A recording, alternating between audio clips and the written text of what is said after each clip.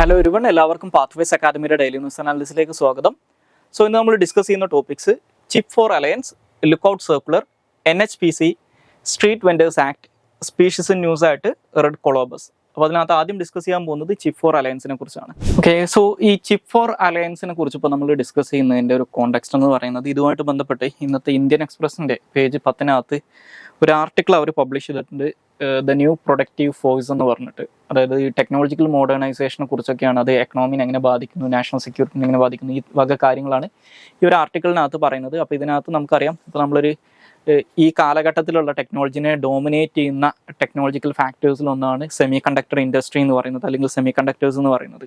അപ്പോൾ ഇതുമായിട്ട് ബന്ധപ്പെട്ടിട്ടുള്ള ഒരു അലയൻസ് ആണ് ഈ ചിപ്പ് ഫോർ അലയൻസ് എന്ന് പറയുന്നത്. അത് പ്രധാനമായിട്ടും ഈ സെമി കണ്ടക്ടർ സെക്ടറിനകത്ത് ചൈന ഡോമിനേറ്റ് ചെയ്യുന്നത് തടയുക എന്നുള്ള ഒരു ലക്ഷ്യത്തോട് കൂടിയിട്ടൊക്കെയാണ്. ഈവൻ ദോ അതാണ് അവരുടെ ഒറിജിനൽ പേർപ്പസ് എങ്കിലും അവർ ഒഫീഷ്യലി പറയുന്ന കാര്യങ്ങൾ വേറെ ആണെങ്കിലും അതിന് വേണ്ടിയിട്ട് തുടങ്ങിയിട്ടുള്ള ഒരു അലയൻസ് ആണ് ഈ ചിപ്പ് ഫോർ അലയൻസ് എന്ന് പറയുന്നത്. ഓക്കെ, അല്ലെങ്കിൽ ചിപ്പ് ഫോർ അല്ലെങ്കിൽ ഫാബ് ഫോർ എന്നൊക്കെയുള്ള പേരിൽ ഇത് അറിയപ്പെടാറുണ്ട്.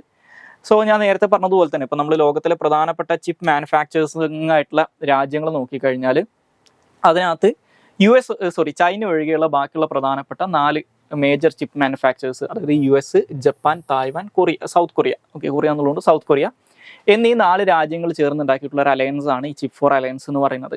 അപ്പോൾ ലോകത്തിലെ ഈ സെമി കണ്ടക്ടർ ഇൻഡസ്ട്രിയുടെ വാല്യൂ നോക്കിക്കഴിഞ്ഞാൽ, ഔട്ട്പുട്ട് അല്ല വാല്യൂ നോക്കിക്കഴിഞ്ഞാൽ അതിൻ്റെ ഏകദേശം 70% കൺട്രോൾ ചെയ്യുന്നത് ഈ 4 രാജ്യങ്ങൾ ചേർന്നിട്ടാണ്. ഇത് 2022 മാർച്ചിൽ അമേരിക്കയാണ് ആദ്യമായിട്ട് ഇത് പ്രപ്പോസ് ചെയ്യുന്നത്. ബേസിക്കലി ഈ പറയുന്ന സെമി കണ്ടക്ടർ സപ്ലൈ ചെയിനുണ്ട്, അല്ലെങ്കിൽ സെമി കണ്ടക്ടർ സപ്ലൈ സെക്ടറിൻ്റെ സെക്യൂരിറ്റിയും റിസൈലൻസും എൻഹാൻസ് ചെയ്യുന്നതിന് വേണ്ടിയിട്ടാണ് ഇവരിത് പ്രഖ്യാപിച്ചിട്ടുണ്ടായിരുന്നത്. പക്ഷേ ഞാൻ നേരത്തെ പറഞ്ഞല്ലോ, ഇപ്പോൾ ഈ പറഞ്ഞ സെമി കണ്ടക്ടർ സെക്ടറുമായിട്ട് ബന്ധപ്പെട്ട് ചൈനക്കും US-നും ഇടയിൽ നടക്കുന്നപ്പോൾ സം കൈൻഡ് ഓഫ് ഒരു ക്വാസി കോൾഡ് വാർ നടക്കുന്നുണ്ട്. അപ്പോൾ അതിൻ്റെ ഭാഗമായിട്ട് ഈ നെക്സ്റ്റ് ജനറേഷൻ ടെക്നോളജീസിനകത്ത്, എസ്പെഷ്യലി ആർട്ടിഫിഷ്യൽ ഇൻ്റലിജൻസ്, അതുപോലെ തന്നെ സെമി കണ്ടക്ടർ ടെക്നോളജിക്കകത്ത് ചൈനയുടെ ഡെവലപ്മെൻറ്റിന് കൃത്യമായിട്ട് ഡിസ്റപ്റ്റ് ചെയ്യുന്നതിന് വേണ്ടിയിട്ട് അമേരിക്കയുടെ ഭാഗത്തുനിന്ന് ഒരുപാട് ശ്രമങ്ങൾ നടക്കുന്നുണ്ട്. അതിൻ്റെ ഒക്കെ ഒരു ഭാഗമായിട്ടാണ് ഇതും വരുന്നത്.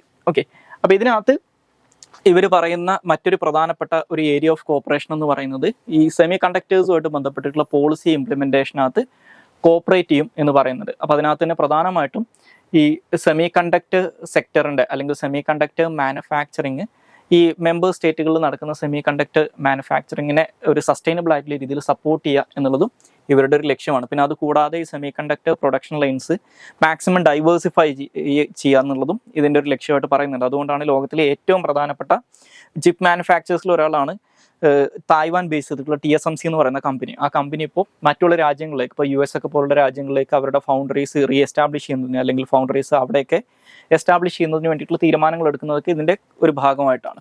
ഓക്കെ, ഇനി ഇവരുടെ പ്രധാനപ്പെട്ട ഗോൾസ് ആയിട്ട് ഇവർ ഒരു എസ്റ്റാബ്ലിഷ്ഡ് ഗോൾസ് ആയിട്ട് പറയുന്ന കാര്യങ്ങൾ എന്ന് പറയുന്നത്, ഒന്ന് ഈ പറയുന്ന സെമി കണ്ടക്ടർ സെക്ടറിൻ്റെ മാനുഫാക്ചറിങ് ബേസിനെ ഡൈവേഴ്സിഫൈ ചെയ്യുക എന്നുള്ളതാണ്. ഇപ്പോൾ ഞാൻ നേരത്തെ പറഞ്ഞ പോലെ TSMC അവരുടെ പുതിയ മാനുഫാക്ചറിങ് പ്ലാന്റുകൾ അല്ലെങ്കിൽ ഈ ഫാബ്സ് ഈ പറയുന്ന US-ലൊക്കെ എസ്റ്റാബ്ലിഷ് ചെയ്യുന്നതിൻ്റെ ഭാഗമായിട്ടാണ്. അതുപോലെ തന്നെ സെമി കണ്ടക്ടറുമായിട്ട് ബന്ധപ്പെട്ടിട്ടുള്ള ഈ കമ്പനികളുടെയും അതുപോലെ തന്നെ ഈ മെമ്പർ സ്റ്റേറ്റ് കൺട്രീസിൻ്റെ ഒക്കെ ഇൻ്റലക്ച്വൽ പ്രോപ്പർട്ടിനെ അല്ലെങ്കിൽ IPR-നെ പ്രൊട്ടക്റ്റ് ചെയ്യുക.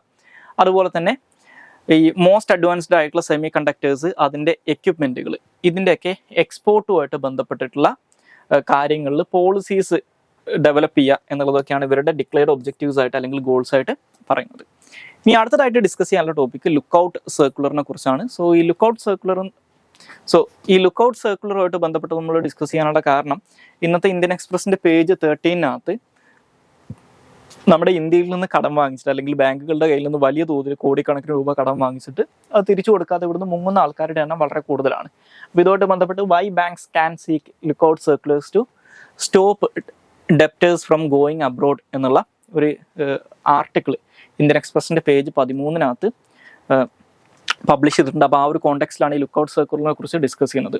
ഈ ലുക്കൌട്ട് സർക്കുലർ എന്ന് പറയുന്നത്, അല്ലെങ്കിൽ നമ്മൾ ലുക്കൌട്ട് നോട്ടീസ് എന്ന് പറയുന്നത്, ബേസിക്കലി നമ്മുടെ ഇന്ത്യയിലുള്ള അതോറിറ്റീസ് ഇന്ത്യയിൽ നിന്നുള്ളൊരു പേഴ്സൺ വിദേശത്തേക്ക് രക്ഷപ്പെടുന്നത് തടയുന്നതിന് വേണ്ടിയിട്ട് ഇഷ്യൂ ചെയ്യുന്ന ഒരു സർക്കുലറാണ് ഈ പറയുന്ന ലുക്കൌട്ട് സർക്കുലർ എന്ന് പറയുന്നത്. ഇത് യൂസ് ചെയ്യുന്നത് പ്രധാനമായിട്ടും ഇമിഗ്രേഷൻ ചെക്കുകളിലാണ്, അതായത് ഇന്റർനാഷണൽ എയർപോർട്ടുകളിലും അതുപോലെ തന്നെ ഇന്റർനാഷണൽ ബോർഡേഴ്സിലും സീ പോർട്ടുകളിലൊക്കെയാണ് ഈ ലുക്കൌട്ട് സർക്കുലർ ഇഷ്യൂ ചെയ്യുക. അപ്പോൾ ഇതിൻ്റെ പർപ്പസ്, അല്ലെങ്കിൽ ഈ ലുക്കൌട്ട് സർക്കുലർ കൊണ്ട് ഉദ്ദേശിക്കുന്നത് എന്ന് പറയുന്നത്, ഏതെങ്കിലും ഒരു വാണ്ടഡ് പേഴ്സണലിനെ ട്രാക്ക് ചെയ്യുക അല്ലെങ്കിൽ അയാളെ ഡിറ്റൈൻ ചെയ്യുക എന്നുള്ളതാണ്. ഓക്കെ, സോ ബേസിക്കലി ഇന്ത്യ വിട്ടു പോകുന്നതിൽ നിന്ന് അവരെ തടയുക എന്നുള്ളതാണ് ഇതുകൊണ്ട് ഉദ്ദേശിക്കുന്നത്.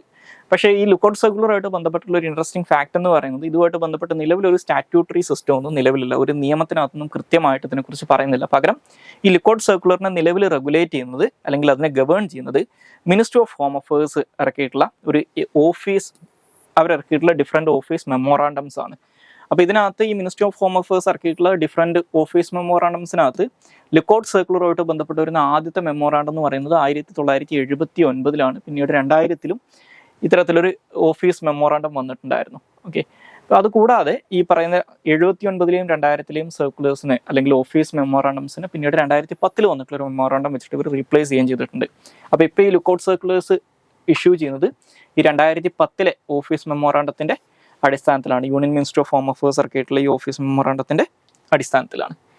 ഇനി നമുക്ക് അടുത്തതായിട്ട് ഡിസ്കസ് ചെയ്യാനുള്ള ടോപ്പിക്ക് NHPCയെ കുറിച്ചാണ്, അല്ലെങ്കിൽ NHPC എന്ന് പറയുന്ന പൊതുമേഖലാ സ്ഥാപനത്തെക്കുറിച്ചാണ്.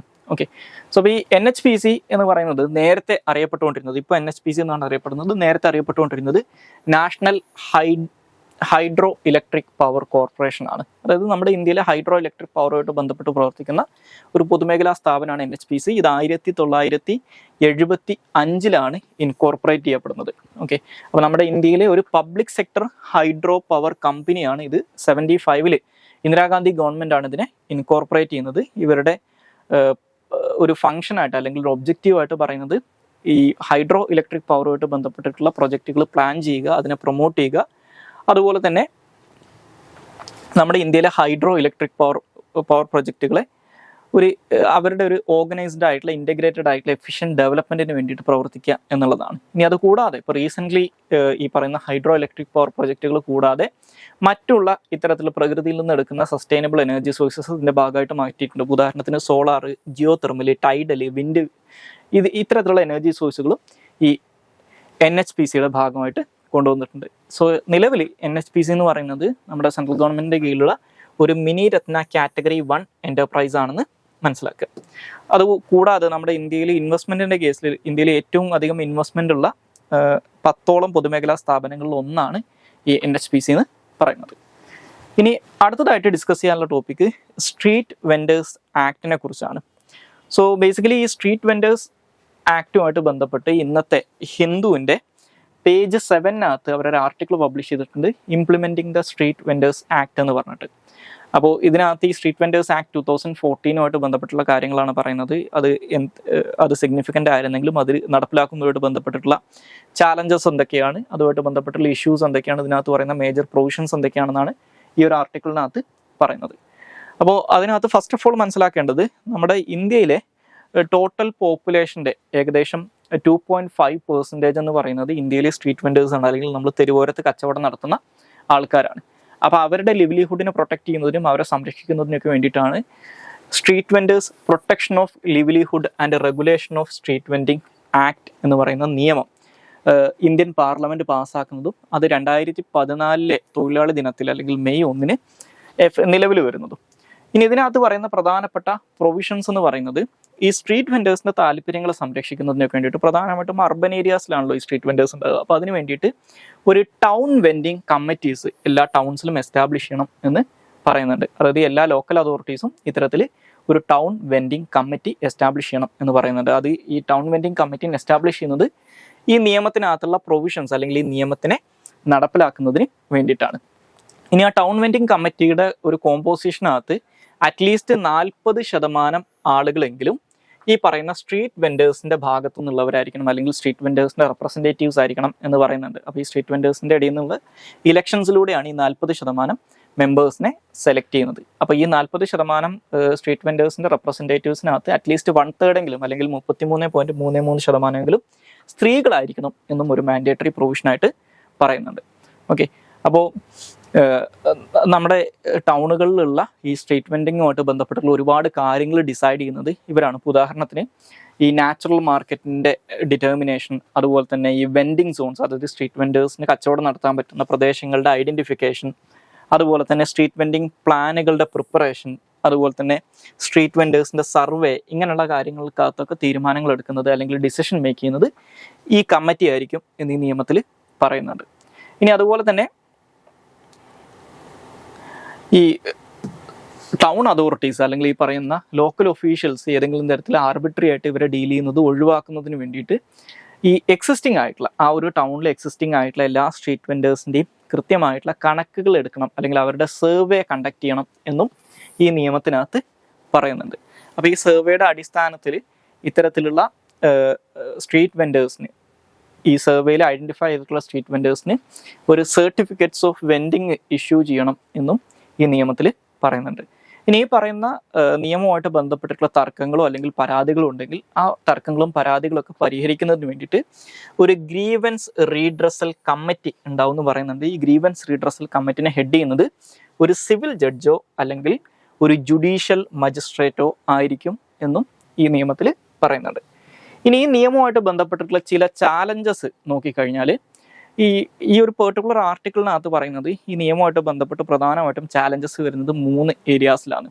ഒന്ന് ബ്യൂറോക്രസിയുടെ കേസിലും, മറ്റൊന്ന് ഒന്നാമതായിട്ട് പറയുന്നത് ഈ ബ്യൂറോക്രസിയുടെ ഭാഗത്തുനിന്ന് വരുന്ന പ്രശ്നങ്ങളാണ്, അല്ലെങ്കിൽ ഈ നിയമം നടപ്പിലാക്കുന്നതുമായിട്ട് ബന്ധപ്പെട്ട് വരുന്ന ഒന്നാമത്തെ ചാലഞ്ച് ബ്യൂറോക്രസിയുടെ സൈഡിൽ നിന്നുള്ളതാണ്.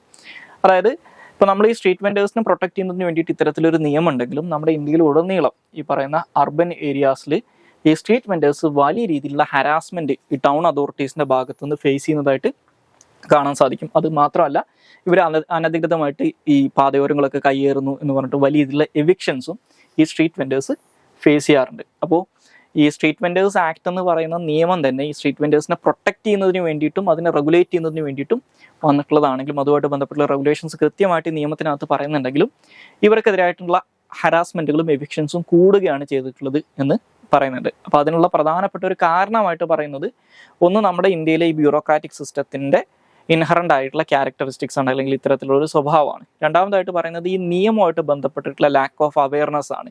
ഈ പറയുന്ന ഈ നിയമമായിട്ട് ബന്ധപ്പെട്ട് ഇന്ത്യയിലുള്ള അതോറിറ്റീസിനോ അല്ലെങ്കിൽ അധികാരികൾക്കോ അല്ലെങ്കിൽ പൊതുജനങ്ങൾക്കോ അല്ലെങ്കിൽ ഈ പറയുന്ന ഇതിൻ്റെ ബെനിഫിഷ്യറീസ് ആയിട്ടുള്ള സ്ട്രീറ്റ് വെൻഡേഴ്സിനോ കൃത്യമായിട്ടുള്ള ധാരണ ഈ നിയമത്തെക്കുറിച്ച് ഇല്ല എന്നുള്ളൊരു കാര്യം പറയുന്നുണ്ട്. ഇനി രണ്ടാമതായിട്ട് പറയുന്ന മറ്റൊരു കേസ് എന്ന് പറയുന്നത് ഒരു ഗവേണൻസിൻ്റെ സൈഡിൽ നിന്ന് വരുന്ന ഇഷ്യൂ ആണ്, അല്ലെങ്കിൽ ഗവേണൻസുമായിട്ട് ബന്ധപ്പെട്ട് വരുന്ന ചാലഞ്ചാണ്. നമുക്കറിയാം ഇന്ത്യയിലുള്ള അർബൻ ഏരിയാസിനെ ബേസിക്കലി അവിടെ കൺട്രോൾ ചെയ്യുന്നത്, അല്ലെങ്കിൽ അർബൻ ഏരിയാസിൻ്റെ ഗവേണൻസ് എന്ന് പറയുന്നത് അർബൻ ലോക്കൽ ബോഡീസിൻ്റെ കീഴിലാണ്, അല്ലെങ്കിൽ മുനിസിപ്പാലിറ്റീസിൻ്റെയും മുനിസിപ്പൽ കോർപ്പറേഷൻസിൻ്റെ ഒക്കെ കീഴിലാണ്.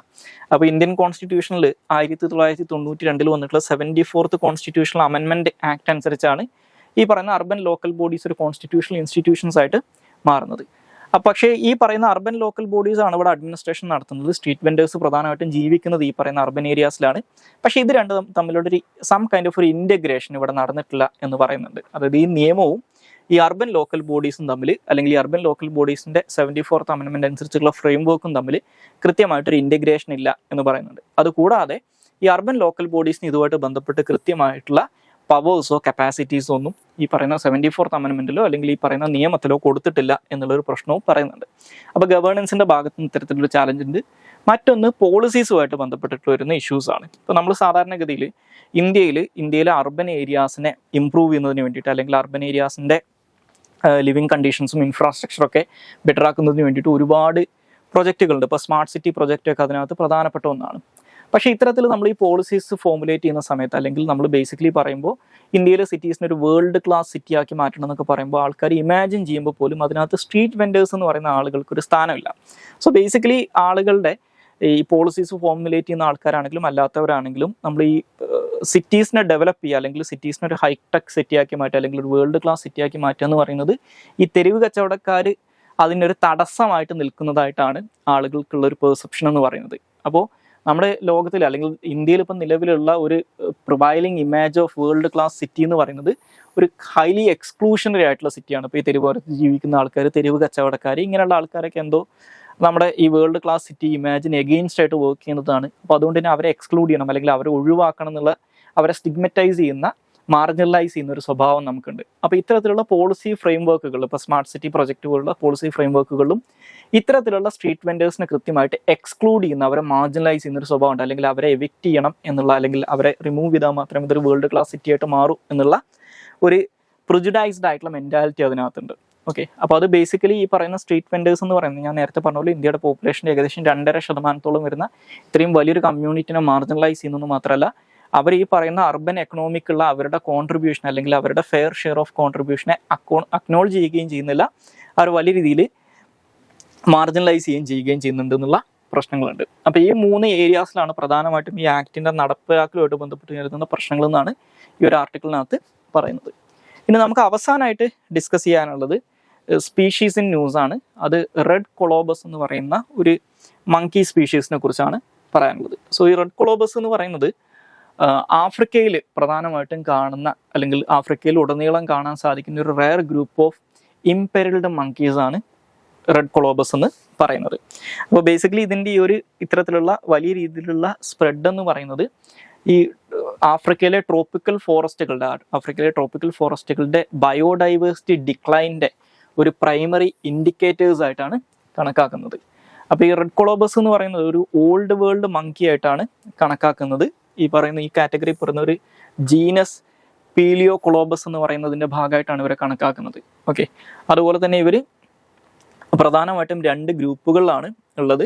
പിന്നെ ഇവർ പ്രധാനമായിട്ടും ലീഫ് ഈറ്റേഴ്സ് ആയിട്ടുള്ള മങ്കീസ് ആണ്. ഇപ്പം മറ്റുള്ള സെർക്കോ പിത്തേസിൻസുമായിട്ട് കമ്പയർ ചെയ്യുന്ന സമയത്ത് ലീഫ് ഈറ്റേഴ്സ് ആണ്. ഓക്കെ, അപ്പോൾ ആ ഒരു പ്രത്യേകത ഉണ്ടെന്ന് ഓർത്തിരിക്കുക. അത് മാത്രമല്ല ഈ റെഡ് കൊളോബസിനെ സാധാരണഗതിയിൽ ചിമ്പാൻസീസ് ഒക്കെ അറ്റാക്ക് ചെയ്യുകയും അല്ലെങ്കിൽ ചിമ്പാൻസീസിൻ്റെ ഒക്കെ ഒരു ഡയറ്റിൻ്റെ ഭാഗമാണ് ഈ മങ്കീസ് എന്ന് പറയാറുണ്ട്. അതായത് ഈ മങ്കീസിനെ ചിമ്പാൻസീസ് ഒക്കെ കഴിക്കുന്നതായിട്ട് റിപ്പോർട്ട് ചെയ്യപ്പെട്ടിട്ടുണ്ട്. സോ ഇത്രയും കാര്യങ്ങളാണ് ഇന്നത്തെ ഡെയിലി ന്യൂസ് അനാലിസിനകത്ത് ഡിസ്കസ് ചെയ്യാനുള്ളത്. Thank you all.